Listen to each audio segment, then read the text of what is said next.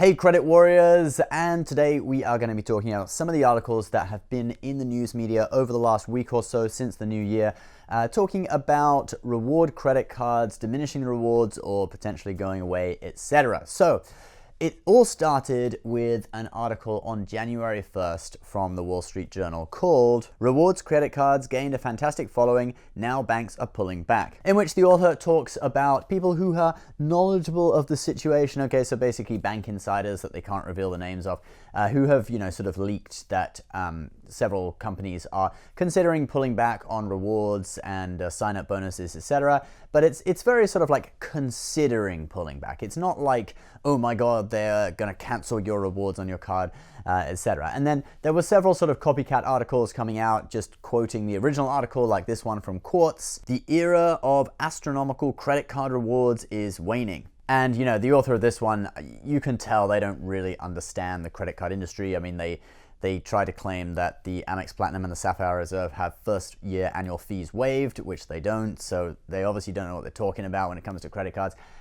They were mostly just quoting the Wall Street Journal article. So really the only one that's worth looking at is the Wall Street Journal article, because that's the original one. All the others were just trying to ride off of the wave of that and get some clicks on their site, make some money.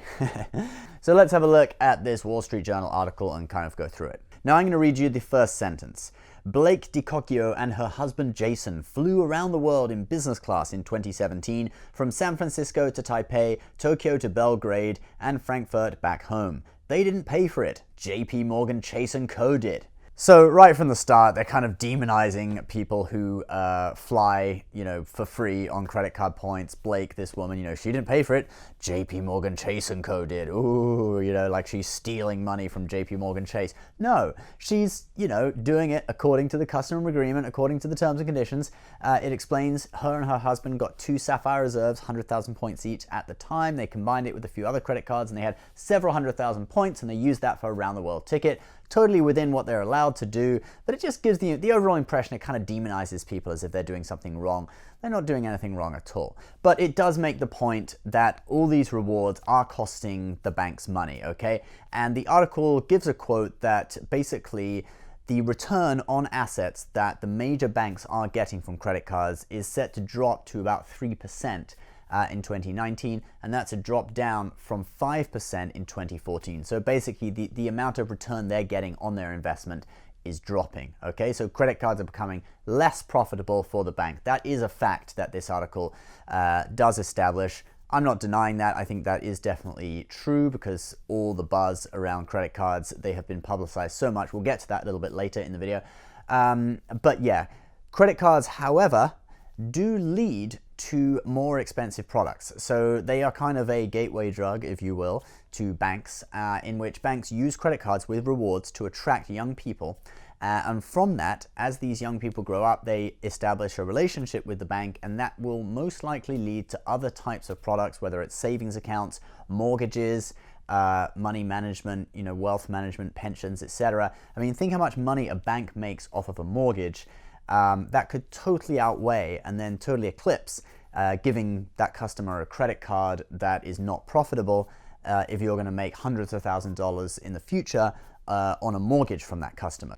Now, the Wall Street Journal also talked about, people who are familiar with the situation are saying that banks are weighing up, kind of cutting down on sign-up bonuses. Now, you can already kind of see that happening with some sign-up bonuses that are particularly large, like the Chase British Airways Visa. It offers a staggered bonus where you get 50,000 points for spending, I don't know, 4,000 or 5,000 the first 3 months, and you get another 25,000 if you spend like 10,000 more, and then another 25,000 if you spend like 15,000 more, or something like that. I can't quite remember.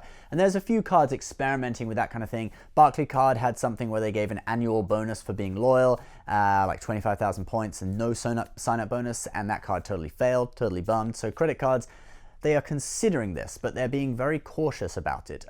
American Express with the Gold Card, they released the Gold Card with a 25,000 point sign-up bonus, but knowing that kind of the average is 50,000, they did offer a kind of back way into that by using a referral. So people who are in the know will use a referral, okay, a referral link from a friend to get the full 50,000, and people who are a little bit stupid when it comes to this, who aren't really in the know, but who don't care that much, they'll probably just settle for the $25,000. So American Express still gets to save a bit of money, but the people who are in the know, who read all the blogs, who are trying to, play the game, they still get their $50,000. So that's kind of another way you can see American Express doing it. Now, the article reports that sign-up bonuses have dropped dramatically since 2014, or no, since 2016, excuse me.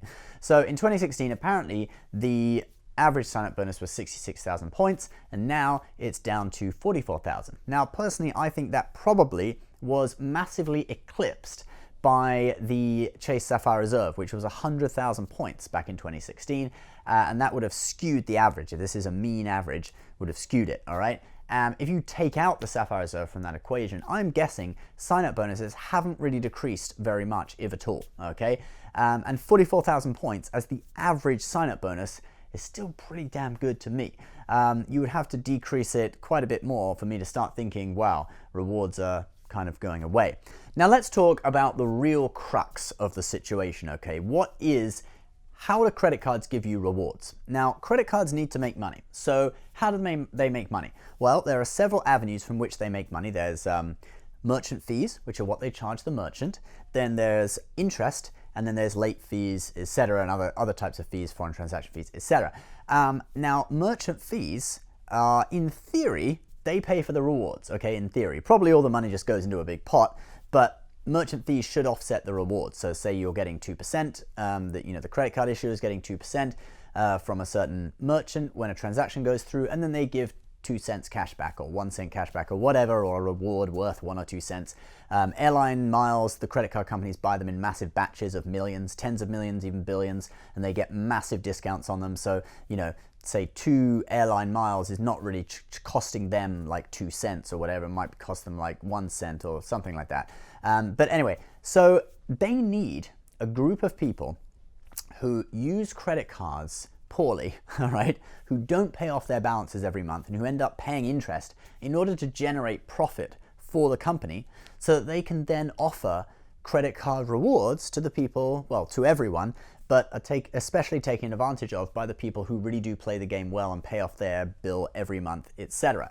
So it's kind of a wealth transfer scheme if you really think about it. I mean, it gets a little bit messed up when you think of it like that, but it is kind of doing that. You're transferring money from people who are getting into debt and transferring that money in the form of rewards over to people who are managing their finances well, okay, as a kind of reward. It makes me feel a bit guilty if I think of it like this, so, you don't have to think about it in such deep terms, and because you, the end user, don't really know about that, so it's not your intention to take money from other people, but that is kind of, in a way, how it works.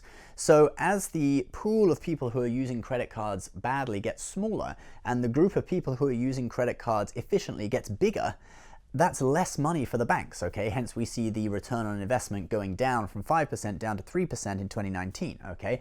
So why is that pool of people using credit cards well to earn rewards getting bigger? Well, it's obviously because of all the publicity from YouTube channels like this, blogs like The Points Guy. I mean, The Points Guy basically made credit card points miles game mainstream with the release of the Sapphire Reserve. He had so much marketing for that card and so much, just pushing it that he really did make it mainstream. And I travel across the country. I see people all across the country with the Sapphire cards, and I say, hey, why do you have the Sapphire card? And they'll often say, oh, I read The Points Guy, I found out about it from there. You see, so he really has made it mainstream. And that does kind of present a little bit of a problem in that the people who are reading his blog are getting really savvy at using their credit card rewards. They're not going into debt. And so the banks are making less money because this whole massive industry has developed around promoting the use of credit card rewards and stuff to travel hack, to travel for free. I mean, you look at myself, I just got a $5,000 vacation in the Cayman Islands for $800. The rest I paid for with credit card points. So that's $4,200 worth of value I got out of that. It's incredible, all right? But you can totally understand how if the banks don't have the money to do it, they're not going to give away those rewards. Now, what do I think is going to happen? So I don't think that it's going to decrease all of a sudden, massively, okay? I think these articles are a little bit scaremongering, especially the courts one, is the age of massive credit card rewards over? No, I don't think it is, but it might decrease, okay? I certainly don't think we're going to see huge sign-up bonuses, but the trend with other issuers, i.e. not Chase. So Chase did have to decrease a lot of benefits on the Sapphire Reserve to save money, all right? They cut the sign-up bonus down to 50,000. They got rid of price protection on the Sapphire and some of their other cards.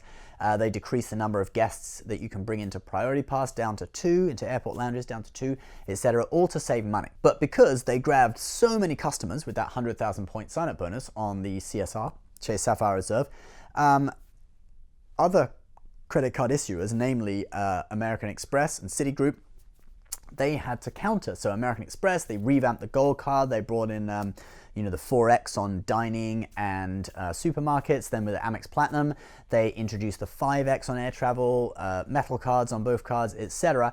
To compete, okay? And Citi is now competing as well. The Citi Prestige is bringing in 5X categories, dining and air travel, I believe it is, 3X on cruise liners. To compete with that as well. So, what happens is that one card really ramps it up to attract customers, and then other cards have to follow suit, while that card, now that they've got all those customers, they bring it back down again and cut a few things, hoping to retain the customers and become profitable. And this is also what someone who works for a marketing company that does marketing for credit cards told me, that people are always scaremongering, saying, oh, awards are going away, rewards are going away, etc. Actually, no, that's not the case. They're always adjusting, whether that's increasing rewards to attract new customers or bringing down rewards to make the product profitable. They're always kind of like doing this. And I think what we've seen over the last few years since 2016, because Chase did such a massive push with the Sapphire Reserve, they went up here, American Express, Citi then had to kind of counter. Chase is slowly coming back down.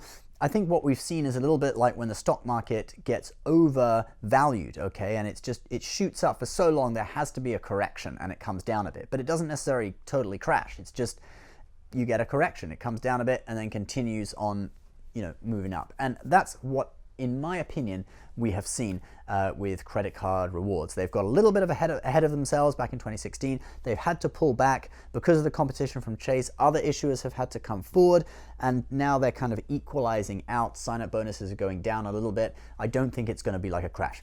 Lastly, let's just talk about what would really put the nail in the coffin for credit card rewards. So I have two scenarios, probably there are more, but these are just two that I can think of off the top of my head. One would be a cap in merchant fees. So Amazon, Target, Home Depot, several retailers are currently pushing the federal government to regulate merchant fees in some way, to lower merchant fees, because they feel that they're paying too much, especially with rewards credit cards. Rewards credit cards actually are able to charge higher merchant fees than regular credit cards, up to about 2.1%, whereas regular credit cards, lower down, might be about 1.7%-ish. But Visa, MasterCard, etc., if you want to use their networks, you have to honor all cards. They have this honor all cards rule. So you're not allowed to turn down a rewards credit card, okay? So, several retailers are pushing to bring in regulation to lower merchant fees. If that happens, I think you will see a reduction in rewards, okay? Because banks, they profit off of these merchant fees. If you go over to the European Union, they have rules on merchant fees, and their merchant fees are lower than the US's. So you go to the UK, which is, still part of the EU. Obviously, they're leaving later this year, but they are still part of it. And they are governed by those rules. And you look at their sign-up bonuses, you look at the points they earn, it's about half what you would get in the US. So typical sign-up bonus where you'd have 50,000 here, it's 25,000 over there, okay? So, and that is largely, well, it could be because of their culture there. Perhaps people don't spend as much on credit cards, don't go into debt as easily, but a large part of it is certainly because of the cap on merchant fees as well that you get over there. So in my opinion, that is something that could bring down rewards. And my second point would be if we had a genuine recession, not just like what we've seen in the stock market over the last few months, over the last year, a correction where, we got kind of overvalued, we came back down again, but it's not an actual crash. The underlying economy is still strong. I'm talking about something like what we saw in 2008, where the economy just crashed, banks' profits just plummeted, and they had to do anything to cut costs. They were laying people off.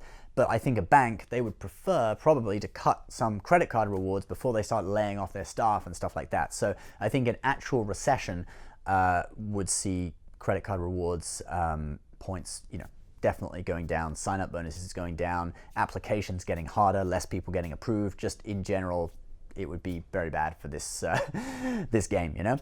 Luckily, I don't think there is a recession on the horizon just yet. I think, you know, the downturn a little bit in the market over the last year we've seen is mostly because of the Fed hiking rates and also because of the trade tensions with China. I think once those two things ease, you know, the Fed is probably only going to hike rates 2 times this year, hopefully. Hopefully the trade thing with China will get resolved and you'll see the market take off again. So I don't think there's a recession in sight just yet. And obviously employment figures, everything is really strong. So I think we're good on those that front just yet. But those are kind of 2 things to watch. Watch the economy and watch what's happening with merchant fees, which could really hamper rewards. So just in conclusion, you might see lower sign-up bonuses, but I don't think you're going to see significant cuts just yet. All right, guys, as always, I've been a Credit Shifu, and ironically, we'll put some of the best deals on travel rewards credit cards in the links below. Use them if you would like, learn more about them. They are affiliate links, so they do help our channel. You can read our advertiser disclosure below. All right, please subscribe if you're new, give this video a like, and we'll see you next time. Bye-bye.